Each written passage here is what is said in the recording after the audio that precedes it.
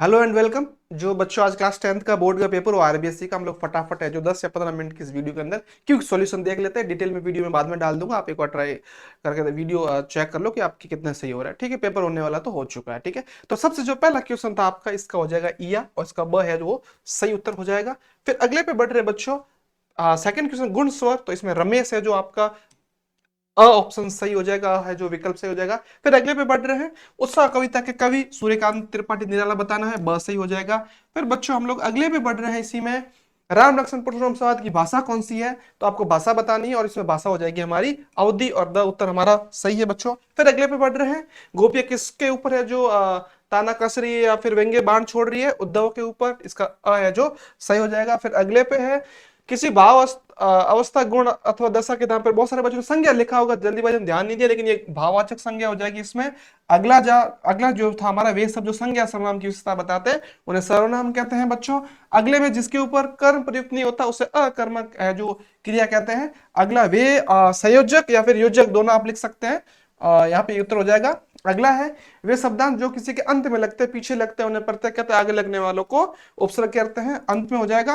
और हिंदी में उपसर्ग है जो 3 प्रकार के होते हैं, संस्कृत में उपसर्ग है जो 22 प्रकार के होते हैं।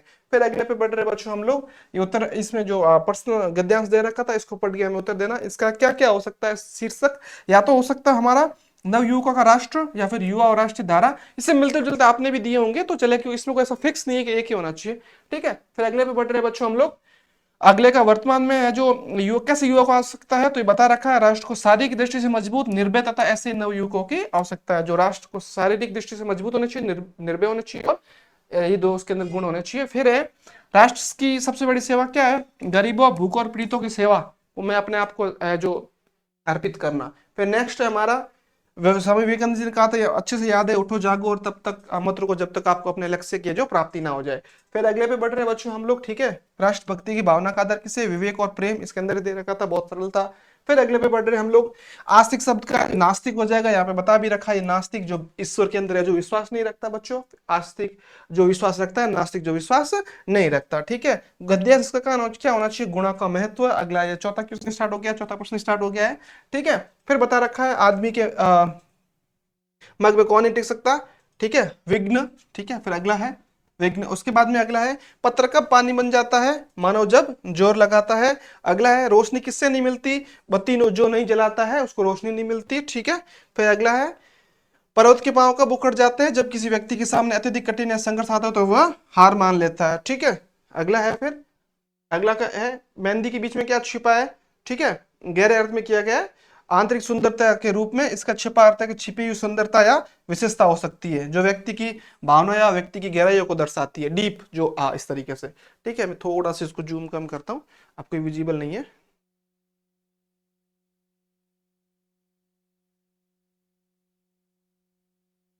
ठीक है, फिर अगले पे देखो, फिर अगला है हमारा, शहनाई और डूमराव एक दूसरे के लिए किस प्रकार उपयोगी है, तो बता दो, शहनाई और डूमराव एक दूसरे के लिए जरूरी है। शहनाई बनाने के लिए रीड का प्रयोग किया जाता है जो अंदर पोली जाती है, जिसकी मदद से शहनाई को फूका जाता है। रीड नरकट से बनाई जाती है जो एक प्रकार की घास है, जो डूमराव में सोन नदी के किनारे पाई जाती है। साथ ही मशहूर शहनाई वादक बिस्मिल्लाह खां का जन्म डूमराव में हुआ था। दोनों चीज एक से मिलती जुलती है, एक के बिना दूसरी चीज नहीं बन सकती। ठीक है, फिर अगला है, मूर्ति को पहली बार देखा तो उनकी दृष्टि में क्या बात खटकती थी, तो ये देखा रहा कि कैप्टन के न रहने से नेताजी की मूर्ति चश्मा बीन होगी, परंतु जब देखा कि मूर्ति की आंखों पर सरकंडे का चश्मा लगा हुआ, तो उनकी निराशा आशा में बदली। उन्होंने समझ लिया कि युवा पीढ़ी में देश प्रेम, देश भक्ति की है जो भावना है और उसके लिए शुभ संकेत है, ये बात सोचकर वे भावुक हो गए।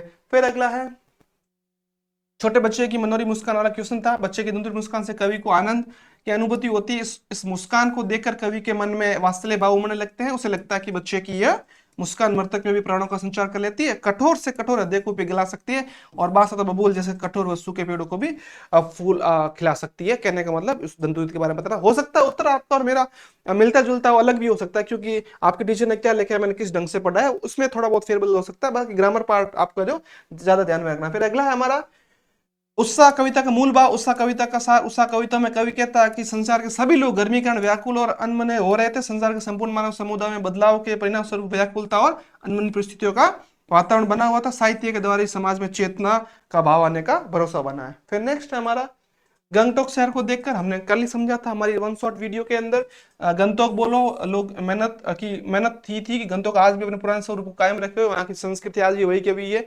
लोग अभी भी वहाँ है जो उतनी ही मेहनत कर रहे हैं, उनका अथक प्रयास, क्योंकि वहां पर देखने के लिए हमें हिमालय को तोड़ के या फिर पहाड़ों को तोड़ के रास्ता बनाना पड़ता है, उसके बारे में बता रखा है। यहाँ जीवन बेहद कठिन है, यहाँ के लोगों ने कठिनाइयों के बावजूद भी शहर के हर पल को खूबसूरत बना दिया। इसे लेखिका को इसे मेहनत किस बादशाह का शहर का है। और इसके बारे में आप ये भी लिख सकते हो, उसको जब उन्होंने गंतों को देखा तो कैसा लग रहा था, जब वो पहाड़ों को बार बार देख रही, उन्हें रोशनी भरा है जो आसमान, उन्हें लग रहा था कि जैसे पता नहीं वो कौन सी जगह पे नई दुनिया के अंदर आ गई, अपने सपनों के अंदर खो गई है। इसके साथ कई कई बार उन्हें ये लग रहा था जब सुबह उठ के देख रही थी कि भाई एक बार हिमालय जो है उसकी चोटी को देख लूं, कंचनजंगा। लेकिन हुआ क्या था, वहां पे बादल साफ नहीं था, लेकिन उन्हें पेड़ थे, बड़े बड़े फूल थे, वो उनको देखे भी वो बहुत ही मनमोहक हुई थी। ठीक है, फिर देखो सांप निकलने पर हमने पढ़ा था, बच्चों ने बिल में पानी डालना शुरू किया, उस बिल से चूहा तो नहीं लगा लेकिन सांप जरूर निकल आया। सांप को देख के सारे बच्चे डर के मन भागने लगे, भोलेनाथ भी डर के मारे भाग गया, बीच में कहीं एक रास्ते में गिर भी गया था। घर जैसे वो माँ की गोद में लिपट गया, माँ ने उसके चोट लगी हुई देखी, उसके चोटों पे जो मरहम लगे, हल्दी का लेप लगा, तो आपने समझा होगा, इस तरीके से समझा। अगला है फिर नमक मिर्ची लगाना का मतलब है किसी बात को बड़ा चढ़ा कर कहना, सिंपल सी बात है, छोटी सी बात को बड़ा चढ़ा के कह देना। ठीक है, और अगला है ये पढ़ना है गद्यांश और आपको उत्तर देने हैं। आग के आविष्कार में क्या आग पेट की ज्वाला है, जिसका अर्थ है पेट की भूख, भूख के कारण ऐसा हुआ है। ठीक है, अगला है सुई और धागे की खोज से ही है जो शरीर को सजाने की प्रवृत्ति।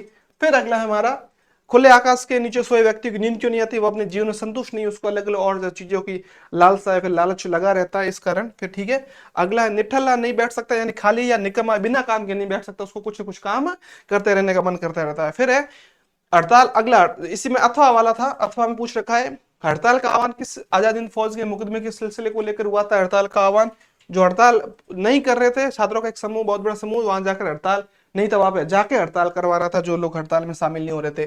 शाम को विद्यार्थी, अजमेर का पूरा विद्यार्थी वर्ग चौपड़ चौपड़ जहाँ पे चौराहे होता है, मुख्य बाजार का चौराहा, वहां पे इकट्ठा हुए थे। ये तो सिंपल सा था। फिर है विद्यार्थी को इकट्ठा होने के बाद में क्या हुआ, इकट्ठा होने के बाद आपको भी पता हमेशा भाषणबाजी होती है, वो अपने मुद्दे रखते हैं, मोस्टली ऐसे होता है। ठीक है, फिर हम लोग आगे बढ़ रहे हैं। उदो तो मती पहले पहले ये पैराग्राफ सीधे आ गया था, ये हमारा पद्यांश पहले आ गया था। ठीक है, गोपियों ने किसे बड़भागी क्या, उदो या फिर उद्धव दोनों लिख सकते हो आप। उसे बड़भागी क्यों कहा गया, वो बहुत ही भाग्यवान है, तुम बड़े भाग्यवान हो जो तुम अभी तक प्रेम के बंधन में बंधे नहीं हो, अछूत हो। गोपियां कहती कि तुम बड़े अभागे हो जो तुम्हारा मन कृष्ण के प्रेम में लिप्त नहीं हो पाया। ठीक है, फिर अगला देख रहे हैं हम इसी में, पुरीनी पात से क्या अभिप्राय है, कमल का पत्ता जिसके ऊपर पानी की बूंदों का कोई फर्क नहीं पड़ता। तेल की गागरी पानी डूबन क्या होता है, हमें पता है, उसके ऊपर पानी की एक भी बूंद भी नहीं लगती, वो उसके ऊपर कोई पानी का असर नहीं होता। ठीक है, वैसे ही उसी प्रकार कृष्ण के साथ रहते हुए भी उद्धव प्रेम से अछूते रहे, गोपिया व्यंग कस रही थी उसके ऊपर, उद्धव के ऊपर। ठीक है, मधुप अगला अथवा में था इसी का 13वें का, मधुप गुनगुना कर क्या कह रहा है, कवि कहता है कि जीवन रूपी उपन उसका मन रूपी हमारा गुजरता हुआ, पता नहीं अपनी कौन सी कहानी किया जाता है, उस कहानी से किसी को सुख मिलता है या दुख, वह नहीं जानता, कवि को इसके बारे में कुछ पता नहीं है। फिर हम लोग देख रहे हैं पतिया क्यों गिर रही है, मुरझा कर या दुख के कारण पतिया गिर रही है, पतझड़ के कारण भी कई बार पतिया गिरती है। फिर अगला है अनंत नीलिमा में जीवन के अनंतता यानी इनफाइनाइट अंत तक और नीली रंग के बीच एक संयोग है, मतलब ठीक है कोइंसिडेंस है, यह रंग जीवन की गहराई अनंतता और ऊर्जा को प्रतिष्ठित कर सकता है। इससे मिलता जुलता आपने लिखा है तो भी आपको मार्क्स जरूर मिलेंगे। फिर अगला है मधुप गुण इसी का व्यंग्य मलिन उपहास से क्या, व्यंग्य मलिन का मतलब खराब ढंग से निंदा करना, मजाक दुर्बलता, इस पूरे का मतलब हो जाएगा किसी भी चीज की खराब या बहुत ही बुरी तरीके से निंदा करना। ठीक है, क्रिटिसाइज करना। फिर अगला है हालदार साहब वाला इतना भावुक क्यों, हालदार साहब इतनी सी बात पे भावुक हो उठे, उत्तर बताने से कैप्टन एक देश प्रेमी था, नेता जैसे देशभक्त के लिए उसके मन में सम्मान की भावना थी, उसके मर जाने के बाद हालदार साहब को लगता है कि समाज में किसी भी मन में नेताजी या देशभक्त के प्रति सम्मान की भावना नहीं है, लोग अब उनको है जो ज्यादा रिस्पेक्ट नहीं देंगे, इसका आंसर होने वाला था। फिर अगला है लखनऊ अंदाज में किसके ऊपर व्यंग्य कसा कटाक्ष है जो किया है, किस वर्ग पे, देखो बता रखा है लखनऊ के नवाबों में दिखावटी अंदाज का वर्णन किया है, उन नवाबों के कार्यकलापों का वास्तविकता कोई संबंध नहीं रहता है, इसमें आज के समाज में दिखावटी व्याप संस्कृति दिख रही ज्यादा है, सो बाजी हो रही है। ठीक है, इसके साथ ही इस पाठ में सिद्ध करने का प्रयास किया गया कि बिना पात्र और कथ्यों की कोई कहानी नहीं लिखी जा सकती, फिर भी एक स्वतंत्र रचना का निरूपण किया जा सकता है, इसका सही आंसर इससे मिलता जुलता भी लिखा तो आपको मार्क्स मिलेंगे बच्चों। ठीक है, आप चिंता मत करो कि ऐसा हमने नहीं लिखा, तो इसे मिलते जुलते होना चाहिए। सीता स्वयं के दौरान राम जी ने बताया जनक के दरबार रखे शिव धनुष को उठाकर उस पर प्रत्यय चढ़ाने की कोशिश की, इसी क्रम में शिव धनुष टूट गया और परशुराम जी के शिव जी के अनंत भक्त थे, वो क्रोधित हो उठे, उनको गुस्सा आ गया, जिसका उन्होंने शिव धनुष तोड़ने वालों को सहस्त्र बाहु के समान शत्रु मान लिया। इसलिए पूरे के पूरे 60 वर्ड से आप काउंट करके देख लेंगे, 59 वर्ड्स है। किसी को लग रहा होगा 60 वर्ड्स में नहीं दे रखा है, ठीक है, तो ये 59 है, ठीक है। फिर अगले पे बढ़ रहे हम लोग। अगला बाधा रखा सूर्यकांत त्रिपाठी कविराज अट नहीं रही क्या, फाल्गुन की जो है जो बताना था विशेषता बताना फाल्गुन मास की, ठीक है। कविता में कवि फाल्गुन मास की मादकता सौंदर्य का वर्णन करते हुए पंक्तियों के माध्यम से यह कहना चाहता है कि सब जगह सुंदरता फैली पड़ी है, बिखरी हुई है, रंग बिरंगे फूल पत्ते इस तरह छा गए कि मानो फाल्गुन के तन में समा नहीं पा रहे, फाल्गुन का सौंदर्य बाहर प्रकट हो रहा है। कवि फाल्गुन की सर्वव्यापक सुंदरता को अनेक संदर्भों में देखता है। जब मन प्रसन्न होता है एक तरफ फाल्गुन की सौंदर्य और उल्लास दिखाई पड़ता है। सुंदर शब्दों के चयन वाले ने कविता में फाल्गुन की ही तरह सुंदर व ललित बना दिया, अच्छे शब्दों का प्रयोग किया जिससे फाल्गुन मास की तरह कविता भी अट्रैक्टिव है या फिर आकर्षित लगने लगी है, ठीक है बच्चों। फिर हम लोग अगले पे बढ़ रहे हैं। अगला तुलसीदास के कृतित्व के बारे में बता रहा, व्यक्तित्व का तुलसीदास महान भक्त विचारक व अलौकिक काव्य शक्ति संपन्न कवि थे। उन्होंने अपनी देव निर्मित तुलिका से रामचरितमानस जैसे अद्वितीय काव्य ग्रंथ की रचना की थी, जो भारतीय धर्म दर्शन साहित्य एवं भक्ति का अमर काव्य है, ज्ञान का विशाल भंडार व सामाजिक विचारों का आगार है, इसमें तत्कालीन समाज समाहित है, ठीक है। फिर अगला बढ़ रहे हम लोग। अगला था हमारा यशपाल के बारे में, अगर आपने वो नहीं किया तो अथवा में आ रखा यशपाल का जन्म कब हुआ, उसके बाद फिरोजपुर छावनी मृत्यु का भी वो बता दिया। हिंदी के यशस्वी कथाकार और निबंध लेखक है। यशपाल राजनीतिक तथा साहित्यिक दोनों क्षेत्रों में क्रांतिकारी है। उनके लिए राजनीतिक तथा साहित्यिक दोनों साधन है और एक ही लक्ष्य की पूर्ति में सहायक है, ये आपको बताना। इससे मिलते जुलता भी आपने लिखा तो भी आपको बच्चों मार्क्स जरूर मिलेंगे, ठीक है। फिर हम लोग अगले पे बढ़ रहे हैं। जाने कितना रहना, नदियों के बारे में बात हो रही थी, आपने देखा होगा प्रतिदिन जल संचय की व्यवस्था नायाब ढंग से की है। प्रकृति सर्दियों में बर्फ के रूप में जल संग्रह कर लेती है और गर्मियों में पानी के लिए जब त्राई त्राई मुझे चारों ओर लोग हैं जो परेशान होते हैं पानी के लिए, तो उस समय यही बर्फ सिलाई पिघल कर जल धारा बन के नदियों को भर देती है। नदियों के रूप में बहती जल धारा अपने किनारे बसे नगरों तथा गांव में जल संसाधन के रूप में तथा नहरों के द्वारा एक विस्तृत क्षेत्र में सिंचाई करती है और अंत में सागर में जाकर मिल जाती है। सागर से फिर एक वाष्प के रूप में जल चक्र की शुरुआत होती रहती है। सचमुच प्रकृति ने जल संचय की कितनी अद्भुत व्यवस्था की है, इसके अंदर नदियों का और कितना ऋण है हम क्यों हमारे ऊपर, या फिर ऋण का मतलब कितना कर्ज है, इस तरीके से आपको समझना था। फिर अगला है हिरोशिमा वाला पूछ रहे हैं। हिरोशिमा का युद्ध को देखकर लेखक को पहले अनुभव हो चुका था, पर ज्वलंत उदाहरण उसके अध्ययन में अनुभव जगह फिर लेखक को लिखने के लिए प्रेरित किया। ये अनुभव उसका बाह्य दबाव था और उसका आंतरिक दबाव था, उसको प्रेरणा सूत्र में बने और उस प्रेरणा कविता लिखने के लिए लेखक को प्रेरित किया और लेखक ने जो तत्काल न लिखे थोड़े समय बाद में इसको लिखा है, ठीक है। अगला है आपको निबंध लिखना था बच्चों, ध्यान से लिखो। निबंध मैंने यहाँ पे इसलिए नहीं लिया कि आपको जैसे ये आपने मान लिया कन्या भ्रूण हत्या के ऊपर लिखा तो पहले आपको समझाना था प्रस्तावना में थोड़ा, फिर कन्या भ्रूण हत्या होती क्या है, कारण क्या है, फिर आपको पता नुकसान क्या है, इससे क्या नुकसान हमें भविष्य में हो सकते हैं। पहले लोग शिक्षित नहीं थे, उनको जागरूक कैसे करना, इनको रोकने के उपाय बताना था। गवर्नमेंट ने बहुत सारे लॉ या फिर नियम और कानून लाए, उनके बारे में बताना था। बहुत सारे अभियान चल रहे हैं, बेटी बचाओ बेटी पढ़ाओ इस तरीके से। फिर उपसंहार में आपको सब इसका संहार लिखना था इस तरीके की, भाई पूरा का पूरा इसका शॉर्ट समरी क्या होनी चाहिए और लास्ट में आपको लिख देनी चाहिए। इसके अंदर आपको पॉजिटिव और नेगेटिव दोनों पॉइंट हमेशा लेने, हो सकता है बीच में ऐसे कुछ मिलते जुलते शायरी या फिर ऐसे आप वो भी जो लिख सकते हैं जिससे कि उसको इनको इंटरेस्टिंग लगे। डायग्राम भी बता सकते हैं, बेटी बचाओ बेटी पढ़ाओ कब शुरुआत की गई, इस तरीके से, ठीक है। अगर आपने ये नहीं लिखा है और अगर शिक्षा के क्षेत्र में मोबाइल की उपयोगिता, ये बहुत इंपॉर्टेंट था, इस मिलते जुलते आया क्यों, क्योंकि मोबाइल शिक्षा के लिए मोबाइल की जरूरत क्या है, हम लोग कैसे घर बैठे ये तो तैयारी कर सकते हैं, आराम से अपना सारा का सारा कोर्स कवर कर सकते हैं, ठीक है। हमें बहुत दूर जाने की जरूरत नहीं है, कोचिंग्स में महंगे हैं जो पैसे खर्च करने के भी आ सकता नहीं, इसके बारे में लिखना था। इसके साथ साथ में मोबाइल का शिक्षा के क्षेत्र में उपयोग क्या, शिक्षा हम किस तरीके से ऑनलाइन एजुकेशन ले सकते हैं जो आजकल युग चेंज हो रहा है। मोबाइल प्रयोग के दुष्परिणाम क्या है, इसके नुकसान क्या है, तो ये आपको पता है नुकसान क्या क्या हो सकते हैं। लोग इससे डाइवर्ट हो रहे हैं, पढ़ाई में कम ध्यान दे रहे हैं, पढ़ाई में कम ध्यान के साथ साथ में वो लोग क्या कर रहे हैं, पढ़ाई में कम ध्यान के साथ साथ में वो जो है अपना टाइम खराब कर रहे हैं। फिर छात्रों पर मोबाइल का प्रभाव क्या हो सकता है, उनकी आंखें खराब हो सकती है, उन्हें शारीरिक या जो परेशानी हो सकती है, मानसिक भी परेशानियां हो सकती है, ठीक है।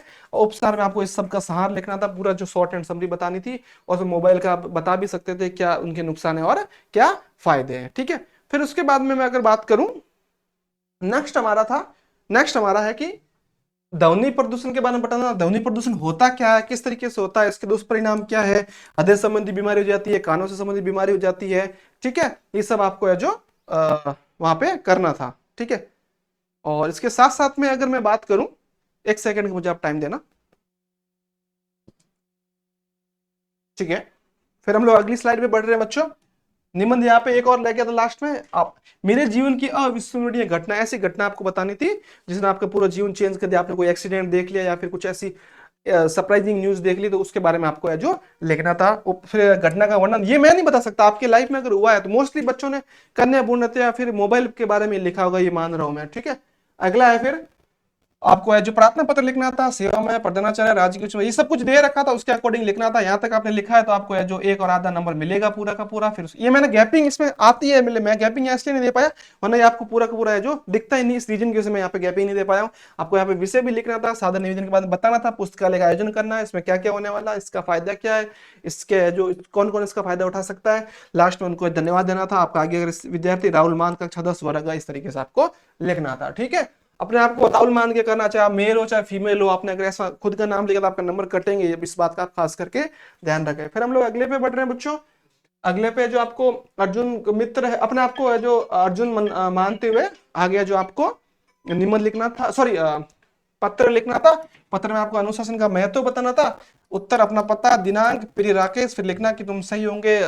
इसका जो वैल्यू क्या है, वैल्यू अनुशासन की जीवन के अंदर मूल्य क्या है, अनुशासन से क्या हो सकता है, अनुशासन के फायदे क्या है, अनुशासन को किन किन को अपनाना चाहिए, डिसिप्लिन, इसके बारे में आपको बताना था। लास्ट में जो आप ये तेरा दोस्त नहीं करके आएगा, दोस्त भी नहीं आएगा,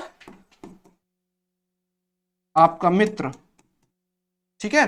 और इस तरीके से फिर अर्जुन मान और रामगढ़, ठीक है। ये आपको बात समझ में आ गई। फिर अगले पे बढ़ रहे हैं हम लोग।